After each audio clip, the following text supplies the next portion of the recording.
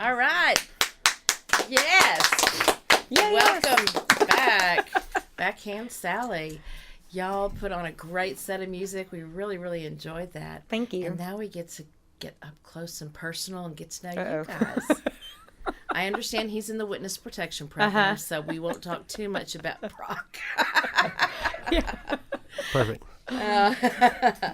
No, you guys say that you've been doing this for about, 7 years now as Backhand this Sally? group, yeah. Now, is this a full-time job for both of you, or do you do other things? I have a day job, a 9 to 5 job, 8 to 5 job, or whatever time. Yeah, no, I work a day job. I wish it was 100%, but it's like 2 full-time jobs because we play so much that we. I have a full-time job, and it's his full-time gig. Fortunately, Right. It's not all cupcakes and rainbows, you know. Oh, yeah. I had to make my own lunch this afternoon. Oh, poor Brock. pretty blessed with my full-time job though, that it enables me to be a musician, so it works out. Right. It works out well for myself.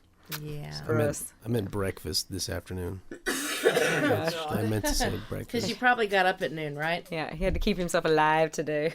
Yeah, it's really taxing. It's going to be a lot of work, you know. My heart bleeds for you, Brock. I know. Appreciate it. Now, you have a CD called No Instructions. This is your most recent CD? Yeah, it's our first one as Backhand Sally. okay. It's our first album. I guess our freshman one, our debut one that we put out in August of last year. So it's been a few months. Yeah. And it's doing pretty well. The 2 singles that we put out, we're fixing to put 2 more out from the album, but the 2 that are out are getting radio play mostly in Europe, but that works for me. Wherever it's playing is fine. You, Europe and overseas loves original American music. Yeah, so. I myself, in New Zealand, for years now, they've played a song. One random song I wrote, and you're thinking, whoa, what, they just found it in the music room site, so it's kind of weird. Oh, that's cool. Yeah. Australia seems to really dig us. Show that new CD of yours. Hold it up to one of the cans. Okay, I'll hold it up. This one. So this one. Good, and we'll get a good tight shot of that with the beautiful lady in the background. Got to show the back of it, too, because that's happy. And No Instructions, of course, is one of the songs. Happy, happy, happy. Yeah, Yes. this is our logo. Smiley face. There's a lot of questions, really, that we have for you guys. But first of all, let's go back to the beginning. Where were you both born and raised? And what brought y'all, at what point in time did y'all come together? Well, you tell a story better than I do. Do I? Well, I was born and raised in Northeast Louisiana, so What town? Winsboro, Louisiana, Franklin Parish, so right up there, closer to Mississippi than New Orleans. So people always ask that. It's pretty far north, so that's where I was. Spent most of my growing up, but I lived back and forth in Texas. My mother's from Texas, dad from Louisiana, so we did back and forth. And he's Texas born and bred, you know. Yeah. Born and raised in Texas. Where South were you Texas was where I was born.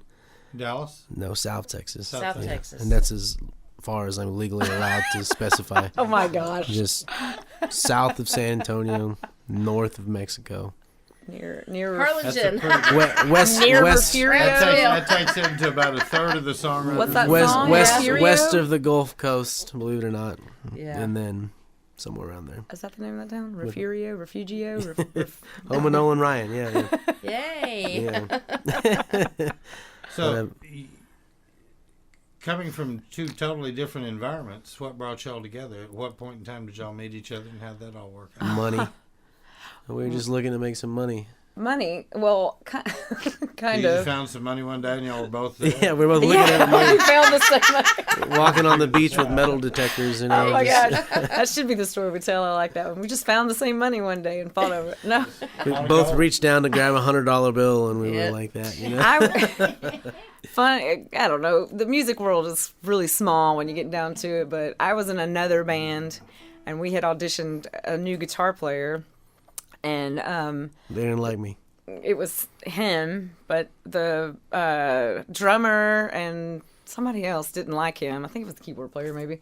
Didn't like him, so we hired somebody else. And then that band kind of fizzled out over time, and I kind of had my own project I was doing and needed a guitar player and posted an ad, and he was playing with somebody else. With the same band members.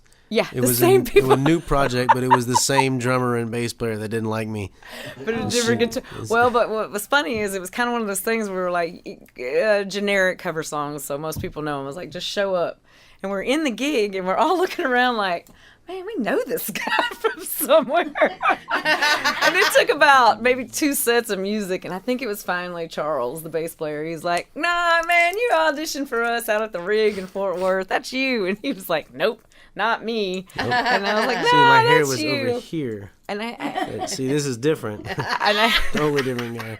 I think finally the drummer fake like went through an mustache. email or something and like matched the names up. He's like, I knew it. That was him. And then that fizzled out pretty quickly. And so we just tried a couple of different things, and he was in some other projects, and something about us together just kind of clicked and worked, and we just kind of have built over the last 7 years to what we are now. I'm actually really fantastic with everybody that I've played with. Why Backhand Sally? How'd that come? How did the name come? I give her the credit on that one. Well, the business part of Backhand Sally is I own 51% of Backhand Sally, and she is the executive producer of 49%. So I carry the ultimate veto power on all decisions. But she came at me with names, and I just wasn't liking any of them. You know, I don't even know some of the ones you were trying. I don't even but remember. It was so long ago. She was just trying names like, no, I don't like it. Well, why don't you come up with something? You come up with it. I'll just veto everything else. And she said, what about Backhand Sally? I'm like, hey, all right, I like that. You know, I don't mind it. You know, and then I don't know where you came from. Maybe you have to tell him, but Family Guy. yeah. Family Guy. He was said, I got a backhand for Sally, and we were texting or talking or something, and I was like, what about Backhand Sally? Like, I just was at this point, anything. We need a name, because I was getting ready to do the branding part and the website, and you can't have a website without a name, Right. so. And then it stuck, and he liked it. And it's tested well over the years. It kind of, people remember it, and it stuck well. And then the smiley face had no meaning other than I liked it. Yeah. Liked it. And so I just kind of built the logo around that. And here we sit 7 years later. Yeah. Yeah. You're both very different as artists. Now, Slightly. Who would you say, Ginger, influenced your songwriting the most? Gosh, this is going to sound like every woman ever probably, but probably Carly Simon, Dolly Parton, Willie Nelson, those kind of people. And then stylistically growing up in Louisiana, there's a lot of Delta blues influence in that area. Marsha Ball or anybody like that? I love Marsha Ball. You Yeah. sound kind of like her. Her, Etta James, gosh, Aretha Franklin, you know, all the stereotypical But now I'm talking about songwriters. female song. Well, even still for me, even writing songs, I still think of those women when I'm writing something. Like, what would they sing? Because I sometimes write songs in the standpoint of, if someone else were going to sing this, who would I want to sing it? Okay. So I do write in that mindset sometimes of thinking that. I really like Dolly Parton, though. She's a great songwriter, so her. And She then is outstanding song. and I grew up kind of listening to old. I was in a house divided. My mother was a hippie, you know, folk music, rock music, and my dad was a cowboy and a horse trainer, so it was country or rock, somewhere in the middle. So a lot of Willie Nelson, a lot of Johnny Cash, a lot of that, and then on the flip side, a lot of Fleetwood Mac, a lot of Carly Simon, a lot of Joan Baez, a lot of Carole King, and those kind of things. So I think just hearing all that as a kid growing up, and it just kind of influenced the way I write songs and approach songwriting is just, to me, a little more organic than, I don't need a verse, chorus in my brain. I just sit down and kind of start fiddling More around. folk to soul, kind of? Probably folk Yeah. to soul writing. My lyrics tend to be a little folky, I think, and then maybe my music is a little more blues, soul, or my style, playing that way. Brock, how about you? Who influenced your songwriting? Because your songwriting is complex. You know, I tried to not be complex, to be honest, and I don't feel that way about it, to be honest. I'm talking about to your 2 and 3 chord songwriters. Right. No. But To me, I your songs understand. are complex. I think it was. I think Zappa had said that he wanted to be like I think, what did he say, like Classical music. classical music, you know, but he didn't feel that was relating to the masses at the time in the 60s when he was coming out. So he's all right, rock and roll music. So he would have been a guy that would have been writing to the pop crowd in any era, I think, which he did through the 80s and until his death. And I don't compare myself to anybody at all, but I think with that mindset might be something that I've tried to work with. This I can get kind of off the wall, but who did you listen to? If you're asking about my process, I try to make sure that I always feel like there's some sort of relation to a mass type of crowd. But as far as who do I listen to, I've been through. I certainly haven't been through everything. I don't know that anybody can, but I've been through your typical. As a guitar player, of course, you listen to your blues rock, 60s guys, or your Claptons and your Pages and your Becks and such. And then I've gone from there. And then YouTube was a great thing when I was a bit younger, because it was, this guy sounds like this guy, and I wanted to know, Eddie Van Halen was idolized Clapton, and then. Earth, Wind and Fire, Al McKay, and then where did that guy come from? And the country guys, where did this guy come from? I just wanted to know everything as much as I could. Cool. Jazz guys, blues guys, rock guys, country guys. I don't know. There's certainly a million things that I haven't found, but there's not much that I would refuse to listen to. How old were you when you started playing guitar? I was 18 years old. I wasn't one of these. I didn't have the I don't say opportunity, but I didn't really have the I don't want to say support, because that makes my upbringing sound less than supportive. No, but there's a difference between you can not have enthusiastic support. Doesn't mean they're hating what you're doing. It just means they're not into it like you are. Yeah, I didn't really have I didn't start. Well, I'll just answer it simply and say I didn't start till I was 18. Start playing the guitar. So you pick up a guitar one day and you start playing.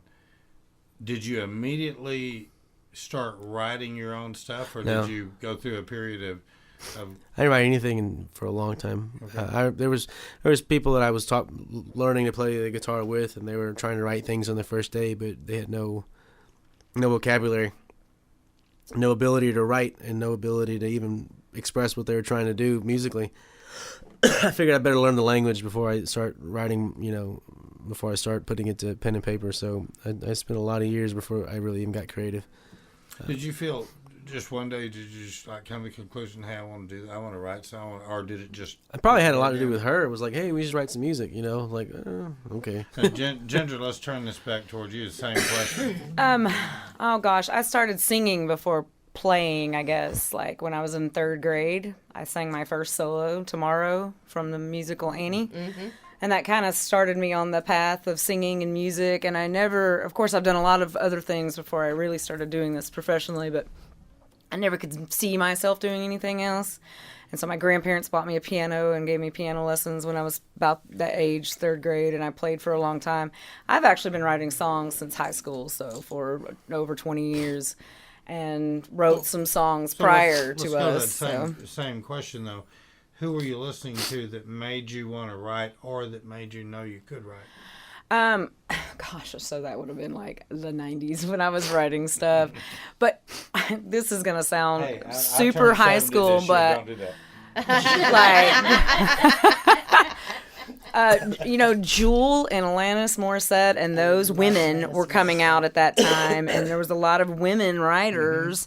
Again, like a resurgence of them coming out. And so I was like, man, if they can write these little dopey songs, I can. And I was a really big fan of Harry Connick Jr., who did a lot of covers, but he wrote a lot of his own stuff. And then just kind of listening and I would sit at the piano because I didn't have anything to do. And then I would try to write my own songs. And I still have some of them. They're still in the piano bench. And I played one for my daughter the other day. She's like, that is an awful song. She's like, it's so it doesn't sound like you. And I was like, well, it sounded like me when I was 16, though, because it's just like a dopey little young girl song or whatever. But that's where I started. And then I never really stopped writing, but I didn't really do anything seriously with it until probably 2009 or so. I wrote several songs that were released under a different project. So, and then, like he said, just one day I was like, let's write some music. You play so well, which my playing is much better now knowing him, just because he's so had to step my game up a little bit, but Just got tired of doing everything. yeah. And then we got basically, and then we started writing together, and again that just worked really well, just kind of like our playing together does. So, and here we sit, Yay. one album done and working on the next one. So, And you have a couple of engagements coming up here soon. Adair's and Fish City Grill. Why don't you tell us about that? Tuesday night we are at Fish City Grill at the Lake Highlands one, because there's like 10 of them in Dallas, and it's their 2-year anniversary. We play there pretty often, actually. We'll be there for Fat Tuesday as well, 6 to 9 p.m. And then Thursday night's Adair's. We love playing Adair's. Deep Ellum's a lot of fun. And that's 7:30 to 10, so it's early. You can come out and be home by bedtime. Yay. School night and all. Well, we have just really so much enjoyed you, and you will be coming back to do a studio concert with just us. It'll be a song Yeah. swap. You have the date on that, Randy? April 25th. Yeah. Yay. Very good. He doesn't know it. She's telling you when it's going to be. That's what it is. She's decided it's going to be April 20. Jeff and Julie Cater is just us, and they're wonderful. You like it. Yes. Yeah, I'm yes. looking forward to that. That'll be fun. It'll be a lot of fun. We'll have to get y'all here where we get the stage will be tight. But Yeah, it won't that'll be that all right. tight, We've 'cause played in more It won't people be on that much tight. smaller stages. it won't be- we can make it work. We can. We can guarantee we can make it work. I want to thank you guys too for coming. Thank you And for I know having that us. this. I also want to thank Gene and Barbara and Bruce and Reno and Gabby that helps us from time to time. And more than anything, though, Helen gives up 50 nights a year to do our recordings, and I know that's a lot to ask somebody to do in our home, and considering sweet that of she you. works like you do, That more right than there. anything, I want to thank Helen. That for, right there is a man who doesn't Yeah. want to sleep alone. Oh my gosh! You are exactly right. Yay, Helen! And you know what? I don't. Thank you guys for coming back, Ken, Sally. Thank you. You're in the music room.